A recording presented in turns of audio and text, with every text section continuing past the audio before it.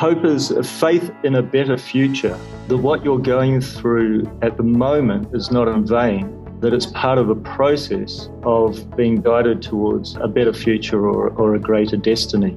My name is Dada Gunamuktananda. I'm a meditation teacher of Ananda Marga, and I share hope. Welcome to I Share Hope, the podcast where world leaders share their real stories of hope and how you can use actionable hope to start changing your life today. And now, here's your host, Chris Williams. Dada, how are you? I'm fine, thanks. And you? I'm doing very well. Any chance of getting video going? Yeah, hang on.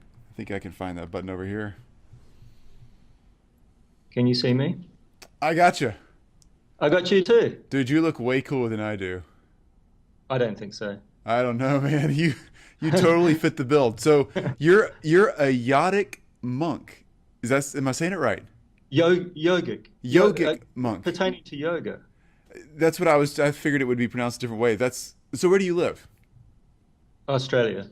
And man, this is cool. So cool because I'm obviously going to go down a genre that's probably completely offbeat, but just help me here and bear with me. No problem. So in part of my recovery program, I've been getting more and more into meditation, just mindfulness, and really being able to recenter myself in a very real metaphysical way. So I've kind of done some of the yoga workouts, which I know is completely probably not the same thing. But just from a meditative standpoint, some of the things that I'm learning, it's so powerful. I was doing it today. I was really stressed out earlier, kind of coming off the work day, getting back into the I Share Hope podcast. And I took about 15 minutes and just resettled. And it was like a brand new day. And sure. Anytime I get a chance to talk to somebody like you who's really mastered that or is mastering it. I haven't mastered it. No, I'm in the process. I'm a teacher, but my master certainly had mastered it. My teacher, yeah. Who is your master? Just out of curiosity. Sri Anandamurti. Wow. And how long were you mentored under that person? Well, I've been doing this for the last 25 years, so it's an ongoing process. Mm-hmm. Wow, but I'll talk a bit about. Yeah, this we'll get to that. I know I'm jumping ahead. So you're in Australia. What part again? Adelaide. Beautiful. How long have you been there? Well, I've been traveling around Australia for the last 2 or 3 years. Okay. So I've kind of settled in Adelaide for the time being. Wow, that's great. All right, so I'm just going to read off what I have here about you from a bio standpoint. So you've been a yogic monk and a meditation teacher since 1995. You've taught meditation in Australia, Europe, North America, Middle East, Far East, and North Africa and North America. And you practice and teach the system of life known as yoga or Tantra, the core practice of which is meditation. For those of you who don't know how this works, this is going to be really fascinating. I've learned a lot about this through some of the programs I've been involved in. It's so cool.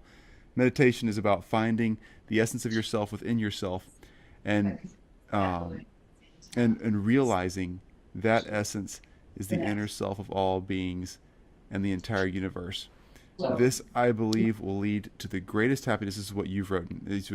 I believe will lead to the greatest happiness. You got this from my website, right? Yeah, and fulfillment for everyone. And this is so great. So I want to say one disclaimer here, not to minimize what you're going to teach us, but we work with people from, obviously, we're doing an interview process of 1,000 people from all walks of life, literally a true cross-section of global population.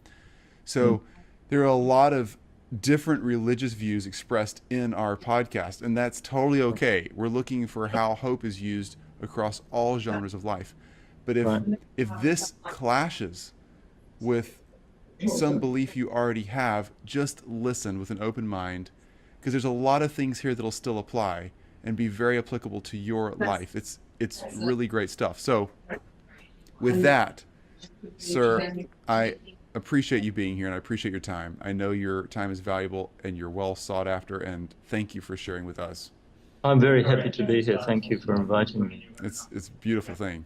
So again, we're interviewing 1,000 people from all over the globe, and you're in Australia and you're representing, I think, one of the first people we've talked to that are really specialized in your area.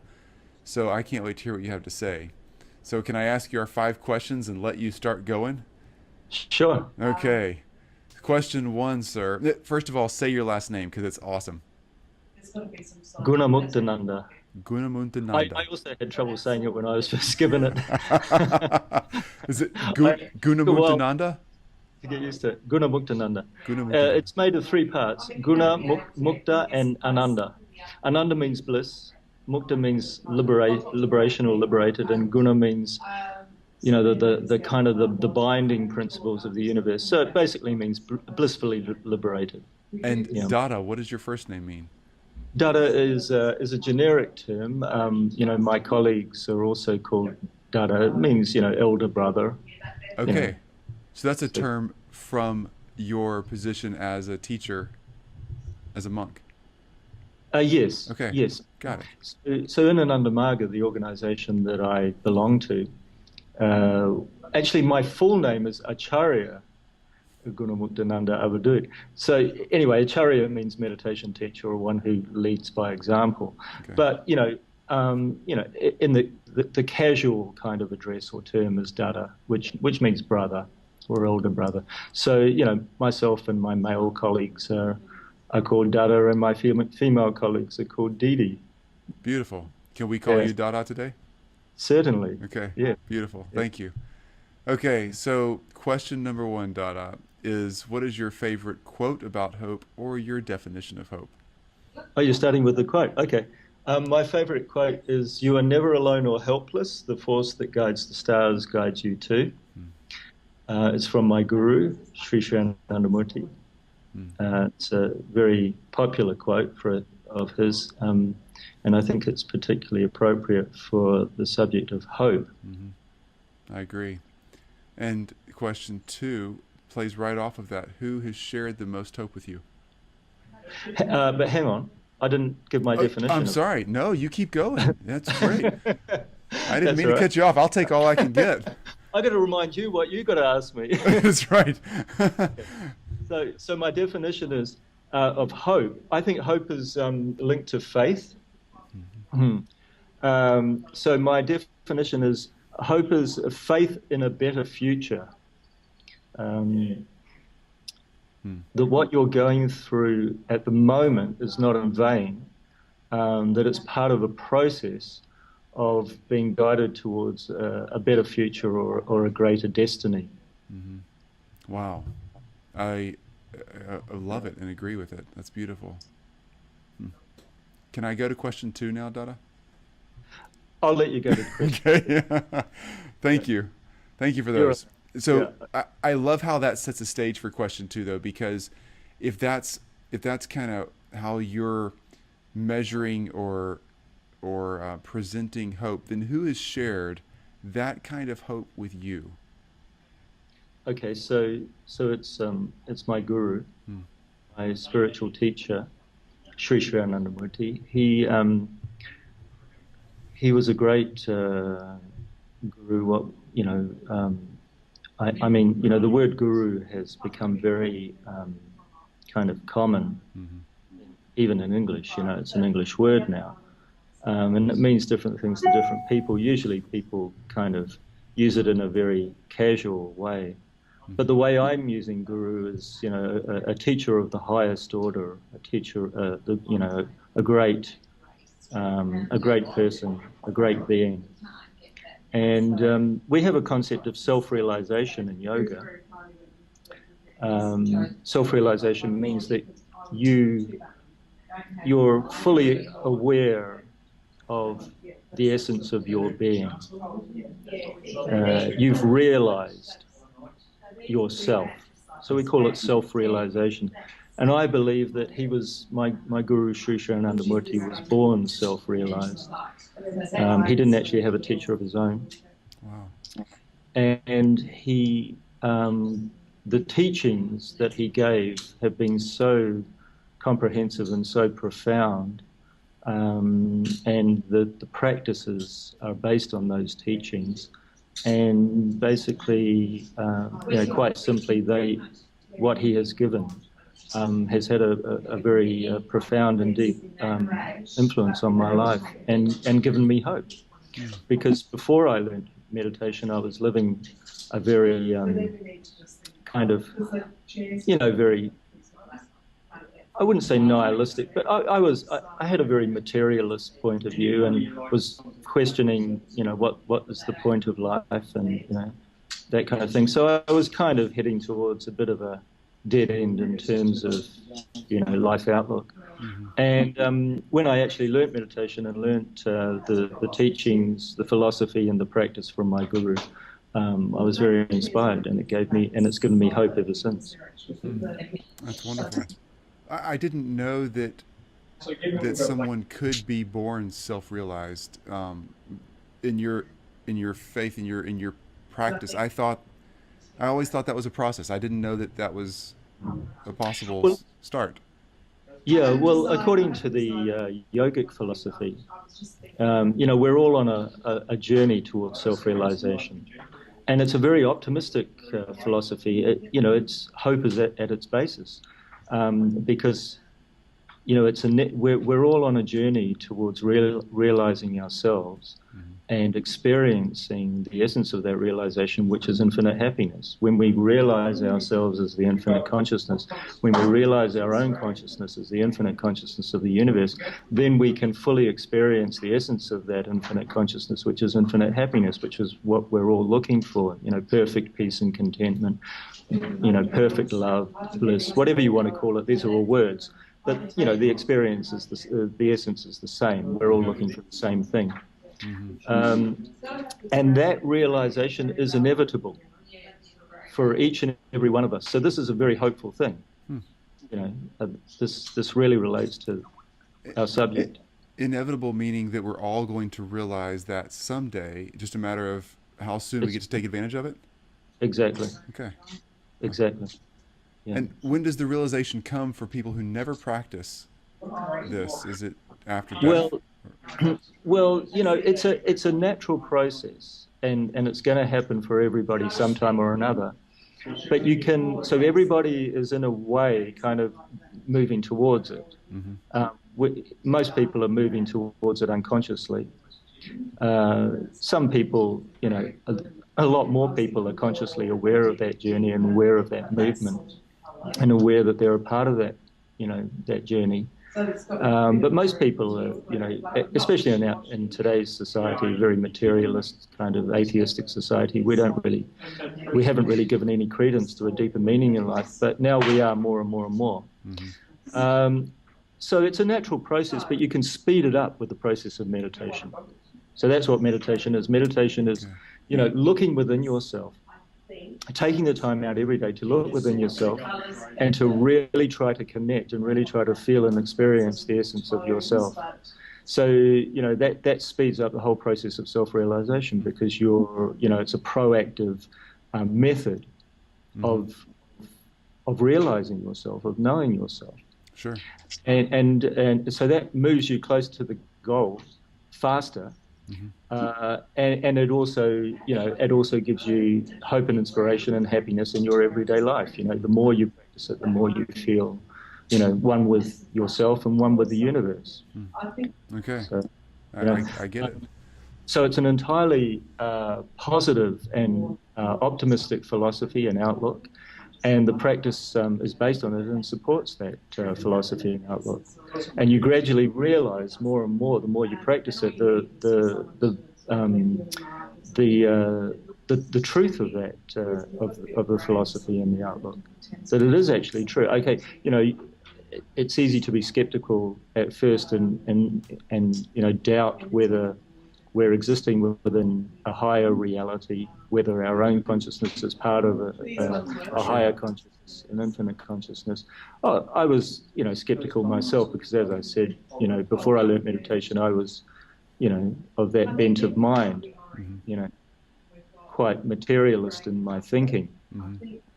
But as I say, the proof is in the pudding. The more you practice it, the more you realize that, there is a basis to this. There is a higher reality in which we're all existing. So, meditation and the whole process of yoga. So yoga is the lifestyle which encompasses the practice of meditation at its core. Meditation is the core practice.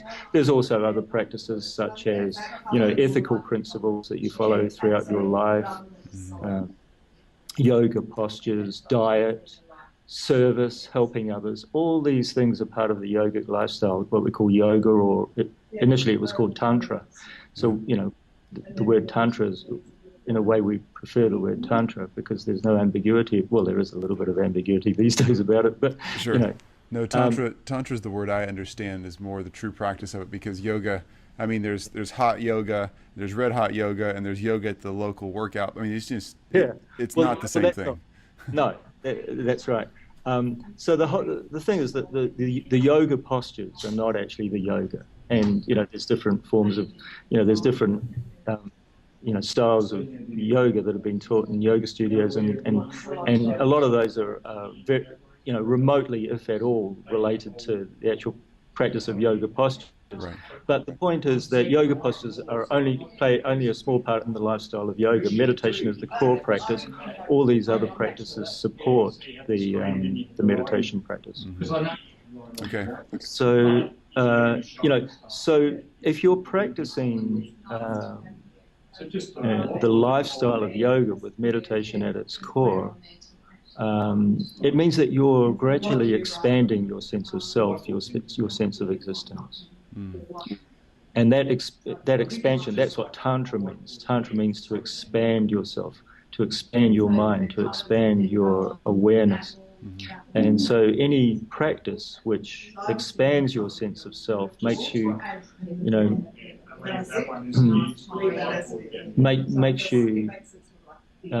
brings you in touch with your inner self more and more and more, and therefore in touch with everybody else, because the more you are in touch with your own self, the more you realize that the essence of your own self is the essence of everybody else as well. Mm-hmm. So it's like an automatic process. The more you expand your mind, the more, because the essence of yourself is infinity, is infinite consciousness. So the more you come in touch with yourself, the more you expand your sense of awareness. You're expanding your sense of awareness out to infinity. And in the process, you're also feeling that your own self is also the same self as everybody else's. So everybody else is a part of yourself. You are part of the infinite consciousness, the infinite awareness, the infinite self of the universe. We are all part of that. In fact, not only part of, but one with the infinite. So it's just like waves on top of the sea. Each wave has its own individual, identity and existence. So we're all like waves on top of the sea, but at the same time, we are one with the sea, because each wave is one with the sea. Sure. So it's a matter of realizing our oneness. Wow. With the universal, sea of consciousness. That's a lot to take in, but you do a good job explaining it. So tell me about, in question 3, it's how have you used the hope that you have to get through something difficult? Take us back and tell us a story of your life somewhere back there where this has been practical in getting through a hard time, or the daily grind, whatever you want to call it. Yeah, well, it happens every day for me. Meditation is a daily practice. So I practice at least twice a day. Mm-hmm. So, you can imagine that by doing that, by taking time out at least twice a day, in the morning and in the evening, and looking within yourself, closing your eyes, looking within yourself, and really trying to feel the happiness within you, the eternal and the infinite source of happiness which lies within you.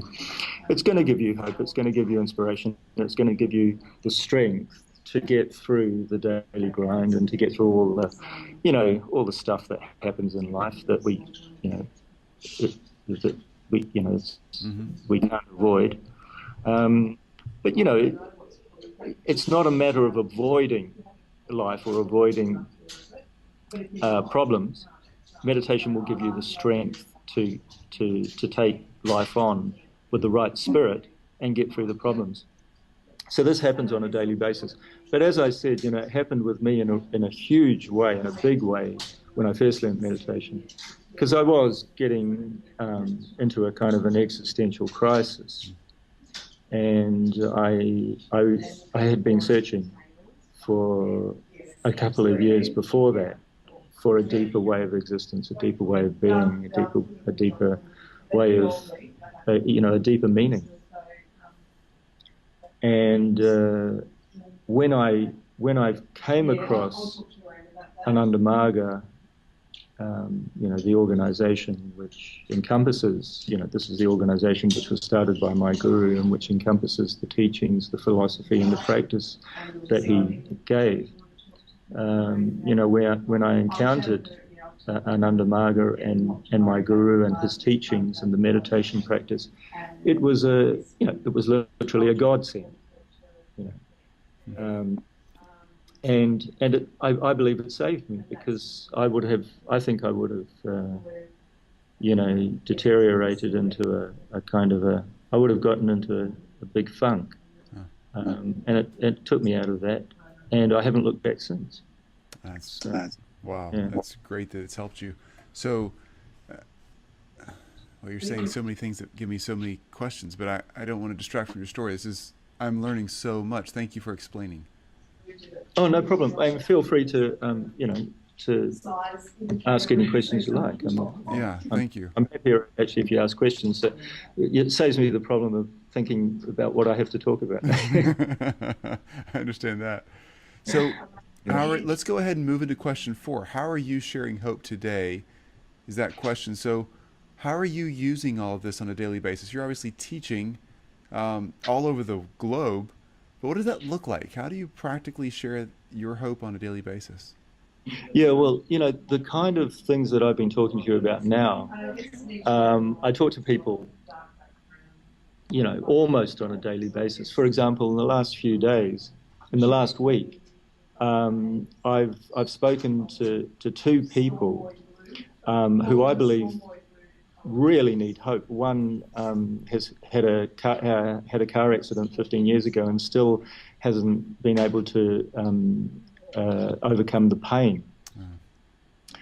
And that pain has brought her to a point in her life where she's at her wit's end. So the other day I spent a lot of time talking to her about that and trying to give her some inspiration as well as some practical advice. And I think we made some progress about that. And just yesterday I spoke to a brother who I met. I've just done a palliative care induction, so I want to work with people who are getting towards the end of their lives and offer them support, spiritual support. So at that event, I met someone who has been suffering incredible emotional pain for virtually all his life, and spent a lot of time talking to him about there's similar kinds of things that we've been talking about, and trying to give him some hope and inspiration in his life. So I do this kind of thing regularly, and I meet a lot of people in I think the universe arranges, or the universal consciousness arranges for me to meet people when it's appropriate. Because I believe that if you want to help people and you feel confident in doing so, and you are able to do so in some way, I'm not able to help in obviously in the ways that I to the extent that I would like to, but in some way maybe I'm helping. So if you're available for that, I think you're automatically put in touch with people who need the help. So you're getting into question 5 beautifully, and you're so suited for the teaching that you're doing. You've got so much history behind you and so much expertise and respect. So question 5 is, how do we share hope on a daily basis? So me and the other listeners around the globe who are listening to you or watching you right now, what do we do next when we finish listening to this to go share hope with somebody else? Well, part of the way in which I share hope is to teach meditation. So I would recommend people to learn meditation, and that would be a way of experiencing hope in your own life as well as sharing it with others. I mentioned service before. Service is also important. Mm-hmm. So, like for example, the motto of Ananda Marga is self-realization and service to all. So they go together. You know, the internal and the external, the individual and the collective, the personal and the social. As I was talking about before, the more you realize the infinity and the eternity of universal consciousness within yourself, the more you realize it in everyone else as well. So the more you feel to help others, the more compassion and empathy you have, and the greater love you have for all people as well as all animals and plants. That's one of the reasons why I'm vegetarian as well. Mm-hmm. It's one of the reasons. So, yeah. So, can I ask a question there? Sure. How do we begin meditating? That's something, again, I'm very new at, but I sense the differences already in me, just personal peace and a centeredness. I've not connected it to a philosophy. I've connected it purely to healing from trauma. But it makes a difference. It does. Sure. So I know there's a difference there between me just doing that as a practice to heal from trauma and doing it with a philosophy in mind, but there has to be some similarities, and can you give us some guidance there? Sure. So to start meditating, all you have to do is be prepared to sit down, close your eyes, and go within yourself, and feel that you are existing within an infinite reality, within an infinite being, an infinite state of awareness.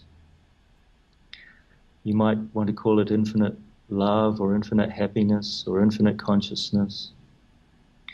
And feel that your own self, your own consciousness, your own awareness is part of that infinite consciousness. And gradually try to merge your own sense of self into the infinite self around you. It's like a river, for example. A river flows down from the mountain, and as it gets more mature, it becomes calmer and stiller and wider and deeper. And eventually it flows into the sea. When it flows into the sea, it merges with the sea. It becomes one with the sea.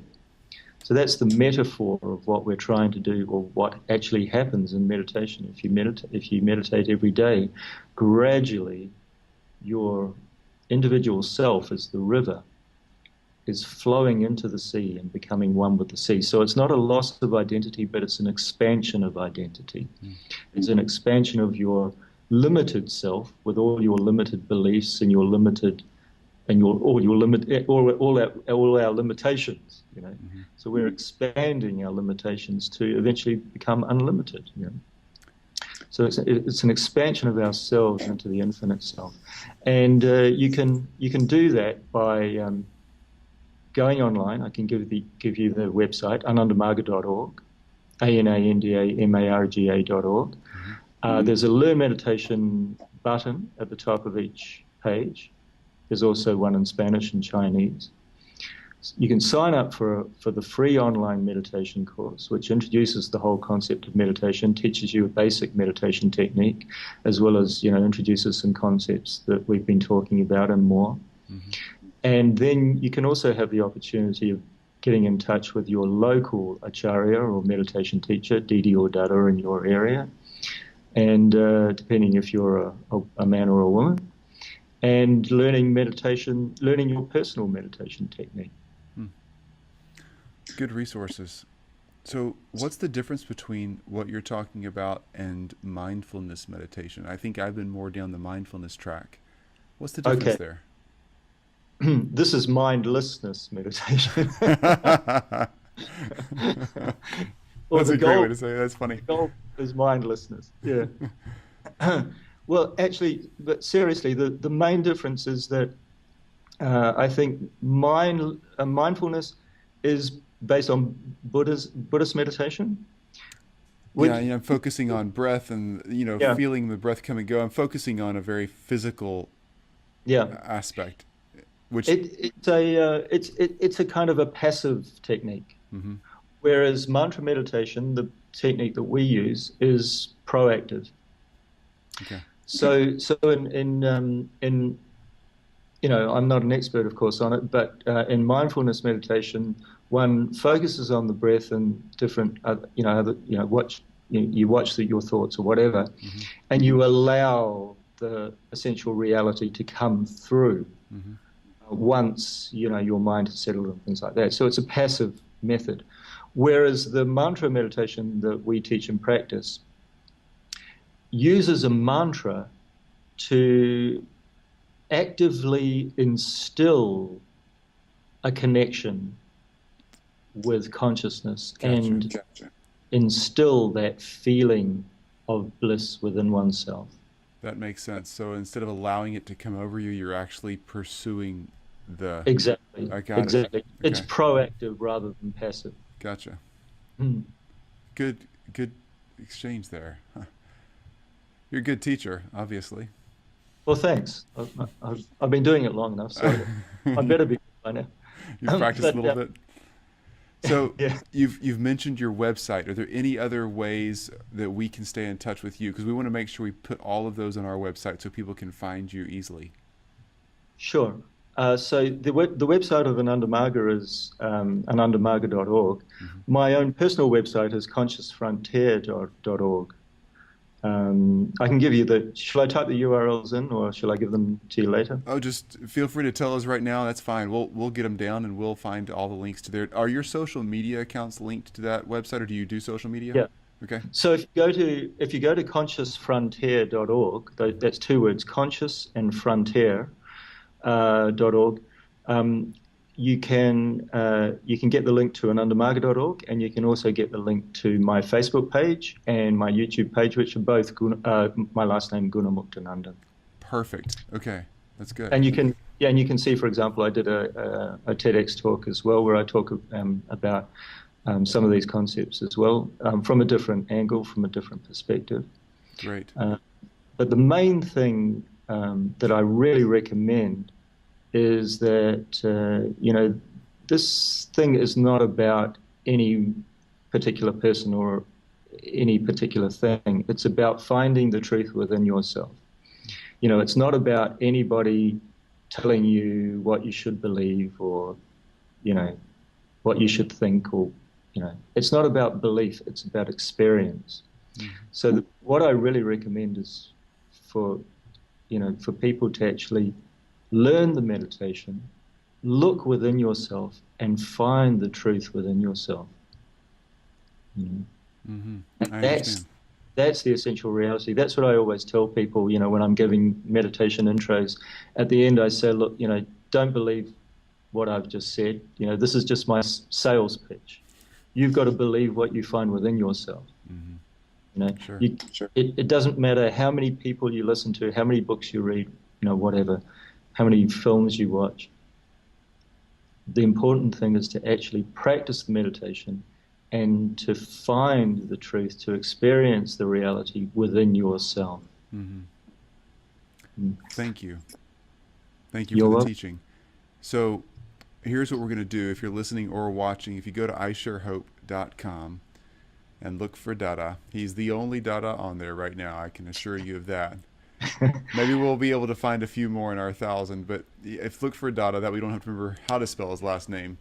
And then we'll have all the links to his website, his social media accounts, and how to spell his last name right there on isharehope.com. Yeah. How's that? And the good thing is you don't have to try and say my last name, you just have to say Dada. That's much better.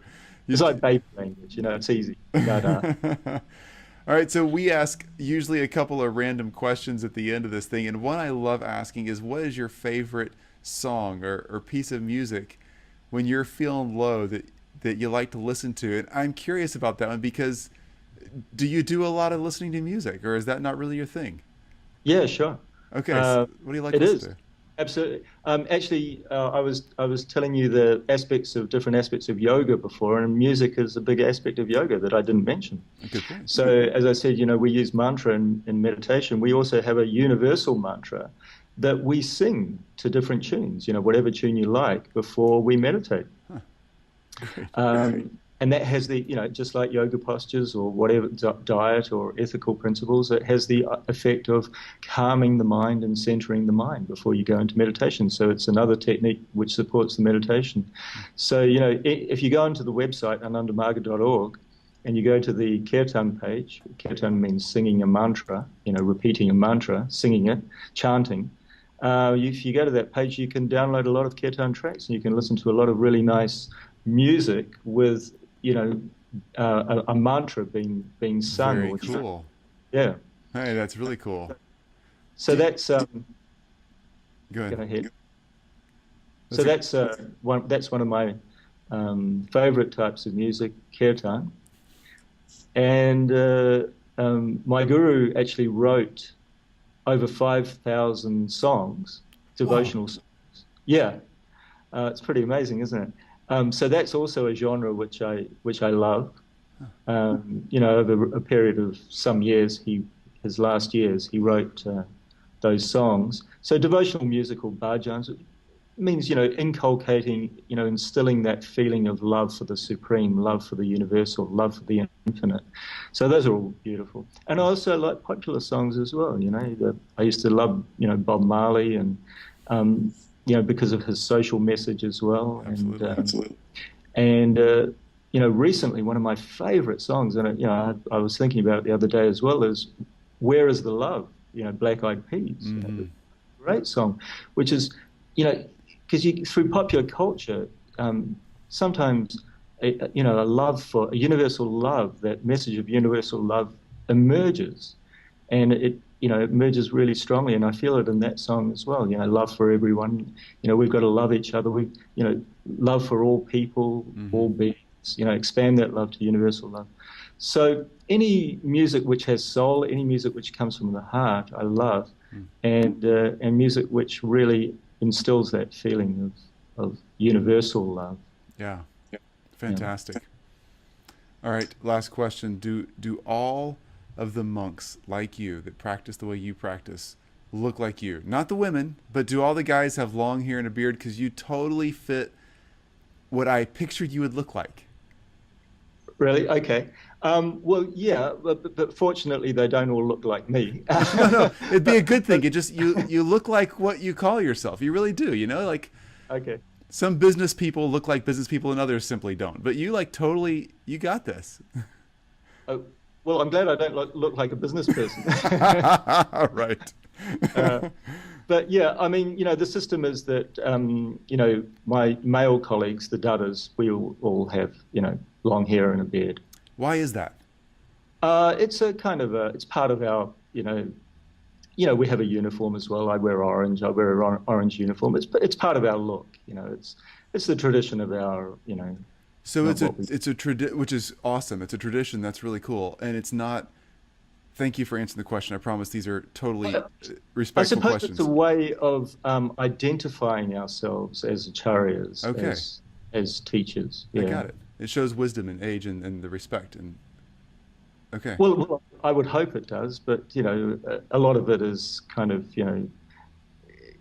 it's. I mean, I need to have a lot more wisdom inside than what appears on the outside. I'm still working on it.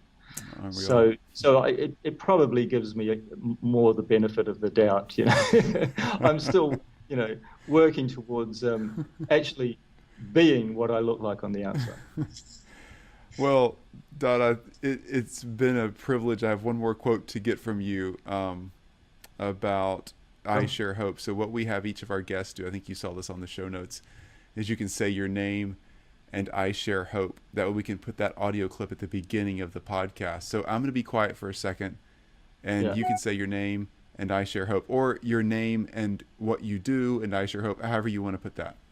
Okay. My name is Dada Gunamuktananda. I'm a meditation teacher of Ananda Marga, and I share hope. Beautiful. Is that okay? You nailed it. Yeah. You've been practicing, haven't you? No kidding. Oh, you got me there. I can't tell you how thrilled I am to talk to you. And I mean this sincerely, a privilege to talk to somebody who's such an expert in their field and their system of sharing hope and growing in hope, but also someone who's so approachable and humble about it. And I really respect the way you've presented all this. Thank you very much. Oh, thank you. It's been a pleasure to talk to you also. It's been great for you to have me on your show. It's great. Well, enjoy the rest of your day. How much of a day do you have left in Australia? What time is it there? Pretty much all of it. It's brand new in the morning. It's 10 a.m. 10 a.m. Yeah. Okay. Yeah, you got a lot left. It's getting, yeah. All right, sir. I did this before breakfast, so, now I can have breakfast and get on with the rest of my day, but it's been great talking to you. It's been great talking to you too. Thank you again for your time. Okay, bye-bye. You've just listened to I Share Hope. If you're ready to make a change, head to our website at isharehope.com and claim your free copy of the Top 10 Actions of Hope from World Leaders to use hope in your own life. Thanks for listening, and we'll talk to you next time.